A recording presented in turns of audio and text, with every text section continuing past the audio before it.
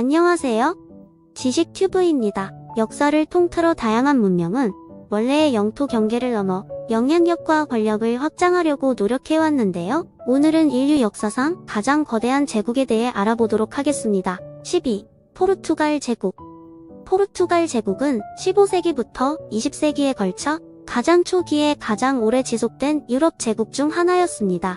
포르투갈 제국은 유럽의 탐험가와 상인들이 전 세계로 영역을 확장하던 시기인 대항해 시대에 설립되었습니다. 포르투갈 제국은 15세기 초 항해자 엘리케 왕자가 이끄는 탐험 항해로 시작되었습니다. 이 탐험은 향신료와 기타 귀중한 상품이 풍부한 인도와 동인도 제도로 향하는 항로를 찾는 것을 목표로 했습니다. 포르투갈인들은 결국 아프리카 남단을 도는 항로를 발견했고 서아프리카, 남아시아, 동남아시아 해안을 따라 교역소를 세웠으며 브라질, 아프리카 및 아시아 일부 지역의 영토를 주장했습니다. 포르투갈 제국은 해양 중심의 화약 무기 사용, 무역 네트워크 구축 능력이 뛰어났으며 교역소와 같은 식민지 네트워크를 구축하여 향신료, 직물, 귀금속 및 기타 상품의 무역을 통제하고 막대한 이익을 얻을 수 있었습니다. 포르투갈 제국은 17세기와 18세기에 다른 유럽 세력, 특히 네덜란드와 영국과의 경쟁으로 인해 쇠퇴했습니다. 포르투갈은 많은 식민지와 교역소를 잃었고 세계적 영향력은 줄어들었으나 앙골라, 모잠비크, 동티모르 등 일부 식민지를 20세기까지 유지했습니다. 1820년 전성기의 면적은 1040만 제곱킬로미터로 알려져 있습니다. 9위, 원나라. 원나라는 13세기 중후반에 광대한 몽골 제국이 별도의 제국으로 분열되면서 중국을 통치하기 위해 등장했습니다. 몽골 제국의 5번째 황제인 쿠빌라이 칸이 세운 중국의 지배 왕조였습니다. 제국은 1271년부터 1368년까지 지속되었으며 전성기에는 현재의 중국 전역과 몽골 그리고 한반도 일부까지 영토를 확장하였고 영토의 면적은 1100만 제곱킬로미터로 알려져 있습니다. 8위, 우마이야 칼리프. 우마이야 칼리프는 예언자 무함마드가 사망한 후 661년부터 750년까지 통치한 강력한 이슬람 왕조였습니다. 이 칼리프는 메카 출신의 우마이야 왕조를 중심으로 이루어졌습니다. 우마이야 가문은 제656대 칼리프인 우스만 이븐 아판치아에서 처음으로 권력을 잡았지만 제11차 이슬람 내전이 끝난 후 시리아의 오랜 총독인 무아위야 이븐 아비 수피안이 우마이야 정권을 세웠습니다. 통치 기간 동안 우마이야 왕조는 영토를 확장하여 북아프리카, 이베리아 반도, 중앙아시아까지 진출하였습니다. 영토의 면적은 1110만 제곱킬로미터로 알려져 있습니다. 7위, 아바스 칼리프. 아바스 칼리프는 예언자 모하메드의 뒤를 이은 세 번째 이슬람 칼리프였습니다. 아바스 왕조는 무함마드의 막내 삼촌인 아라바스 이븐 압드 알무탈립의 후손으로 왕조의 이름을 따왔습니다. 그들은 서기 750년 우마이야 왕조로부터 이슬람 제국에 대한 권위를 인수한 후 현대 이라크의 바그다드에 있는 수도에서 대부분의 기간 동안 칼리프로 통치했습니다. 전성기의 칼리프의 영토는 인도 동쪽에서 북아프리카 해안까지 1110만 제곱킬로미터의 면적을 소유하였습니다. 6위, 프랑스 식민제국. 프랑스 식민지 제국은 17세기부터 20세기 중반까지 역사상 가장 크고 영향력 있는 식민지 제국 중 하나였습니다. 제국은 주로 아프리카, 아시아, 아메리카 대륙에 위치했으며 전성기에는 1200만 평방킬로미터가 넘는 영토를 통제했고 인구는 1억 1천만 명이 넘었습니다. 아프리카에서는 프랑스 식민 제국이 오늘날의 세네갈,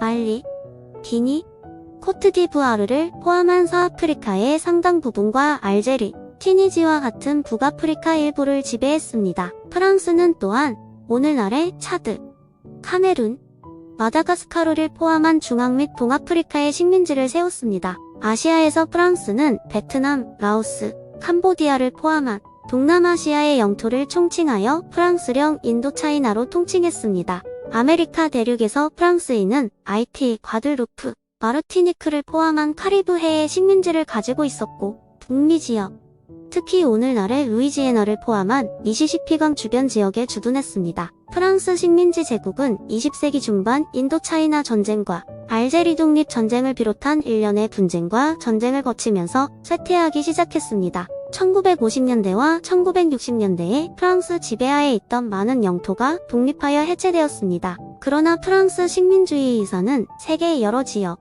특히 언어, 문화 및 정치 분야에서 여전히 가시적으로 남아있습니다. 5위, 스페인 제국. 스페인 제국은 15세기에서 19세기에 걸친 역사상 가장 큰 제국 중 하나로 전성기에 스페인 제국은 유럽, 아메리카, 아시아, 아프리카의 광대한 영토를 지배했습니다. 아메리카 대륙에서 스페인 제국은 오늘날의 멕시코, 페루, 칠레, 아르헨티나를 포함한 중남미 전역에 식민지를 세웠습니다. 또한 쿠바, 푸에르토리코, 도미니카 공화국을 포함한 카리브해를 통제했습니다. 아시아에서는 스페인 제국이 필리핀에 진출하여 300년 이상 식민지를 유지했습니다.